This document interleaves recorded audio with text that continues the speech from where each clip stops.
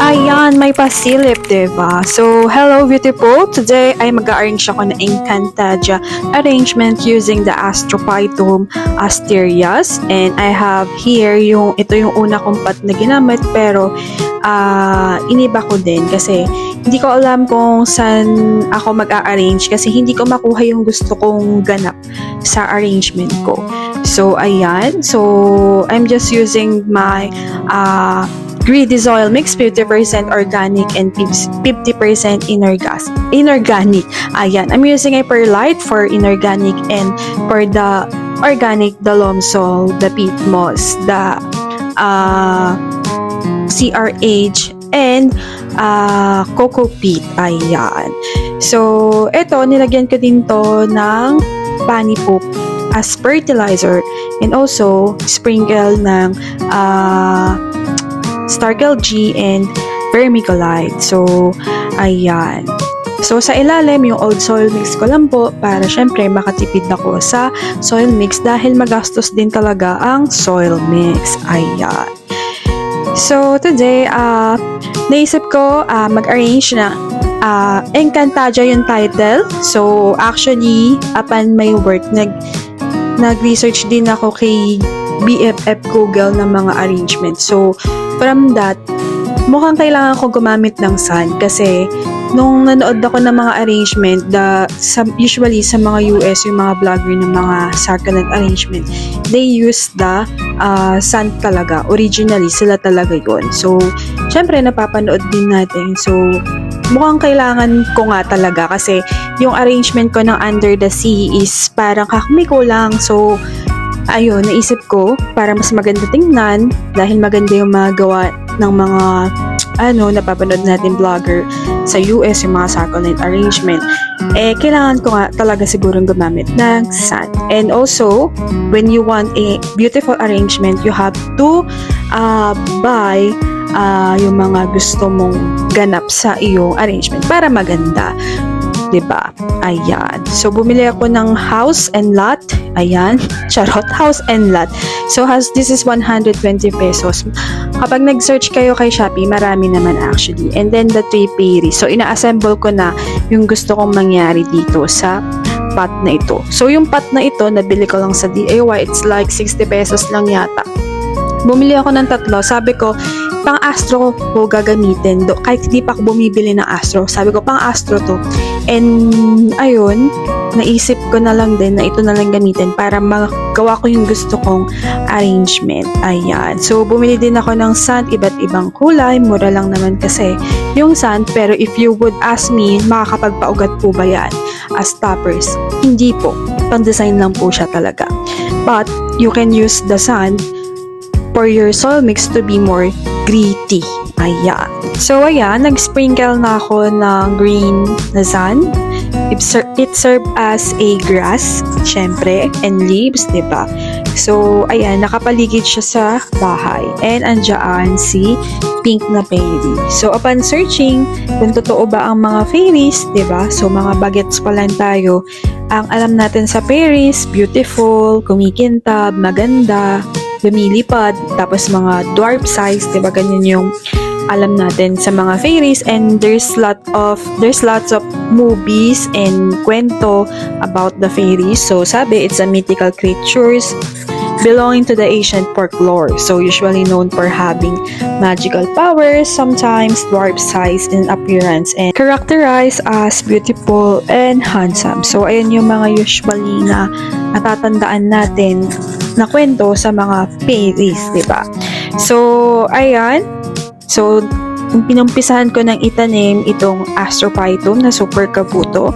So, namili lang ako ng mga minimum size, yung mga maliliit na kakasya dito sa fairy arrangement. So, ayan. So, actually, accidentally na na-upload sa shorts ko itong Encantadia arrangement. So, anyway, meron lang akong ikikwento about sa Encantadia. So, yung lolo ko kasi dati, yung mga lolo-lola ko is from Dalaur, Nueva Ecija. And ang hanap buhay talaga nila is farming.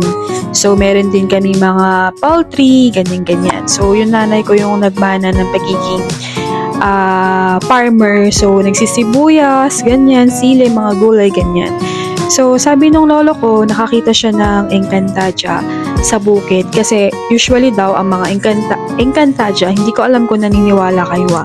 So, kwento lang to ng lolo ko. Yung mga Encantadia, lumalabas daw sila tuwing umaambon. Ambon talaga, yung mahina lang na ulan. Tapos, naalala niya yung kalabaw niya sa bukid na iwan niya. Tapos, pinuntahan niya. And then, sabi niya, may nakasalubong daw siya na parang Encantadia na maganda. Tapos, hindi naman daw siya inano. As in, nakangiti lang sa kanya. Tapos, dumaan lang siya. And then, right after, wala na. Tapos, yun, nakuha na niya yung kalabaw niya. So, from that, diba, meron din naman mga kwento-kwento about sa mga fairies. Diba, yung kinukulong pa daw nila sa parang ewan ko ba kung ano yun, basta may napanood akong ganon. So, yung may mga may third eye, kung naniniwala kayo. Kasi kung hindi naman kayo nakakakita, hindi kayo maniniwala at nakakaramdam. Pero kung nakakaramdam at nakakakita kayo, syempre, maniniwala kayo kasi, diba, to see is to believe. So, anyway, ayan. So, nagkwento lang ako about sa fairy. So, yun yung kwento ng lolo ko kasi, malakas ang mga third eye nila. So, ayan. So, bumili din ako ng turtle and yung, hindi ko alam kung ano bang tawag dun sa bilog na nag-iikot ng tubig. So, bumili din ako ng ganon, tapos naglagay na din ako sa gilid ng water or blue sand serve as water. So, dito lalagay ko yung isang astrophytum na super kabuto. Ayan. So, pag ganitong mga arrangement, hindi mo din talaga may iwasan na hindi ka gumastos. Kung gusto mo talaga maganda yung arrangement mo. So, ayan. And then si Blue Fairy, lately na-realize ko dapat dun siya sa water kasi kulay blue nga siya dahil blue serves as water. So, si Blue Fairy, ayan, Water Fairy. Si Yellow Fairy, ano na lang siya, siya na lang yung fairy ng mga flowers and plants since the usually color naman ng flowers is yellow. And then, ayan, maglalagay ako ulit ng isa pang astro na super kabuto. So, mga super kabuto yung nilagay ko dito. Ayan. So, yung mga bilog-bilog na yan, hindi sila star shape. Just the common shape ng super kabuto at hindi porket parang may hiwa, parang may pizza siya is star shape. Hindi, ang star shape kasi merong kalye-kalye, parang talagang star. So ayan, so usually they are bilog lang. So ayan, so gusto ko talaga ilagay sa tuktok itong si Yellow Fairy, pero ayun, hindi naman pwede kasi yung una kong ginawang pot is mayroong tungtungan, pero yun nga, parang hindi aakma sa gusto kong mangyari sa aking arrangement. Ayan. So, ang hirap niya ilagay. So, kasi itong itong astro, ganyan lang siya, bilog lang siya. And kapag bilog, syempre, ganyan lang siya, as in flat lang siya, diba? So, ito naman si Pink Fairy, siya naman ang fairy ng kagandahan. Ayan, fairy ng kagandaan. Oo, wag mo na pakialaman yung akin naiisip. Yun ang akin naiisip, bahala ka dyan. Ayan. So, magtanim ulit tayo ng astro, super kabuto again. So, ang gaganda kasi ng mga super kabuto and the astro. Ayan. So, kung hindi nyo pa napapanood, kung gusto nyo ng astro, manood na kayo ng aking astro care and tips. Ayan.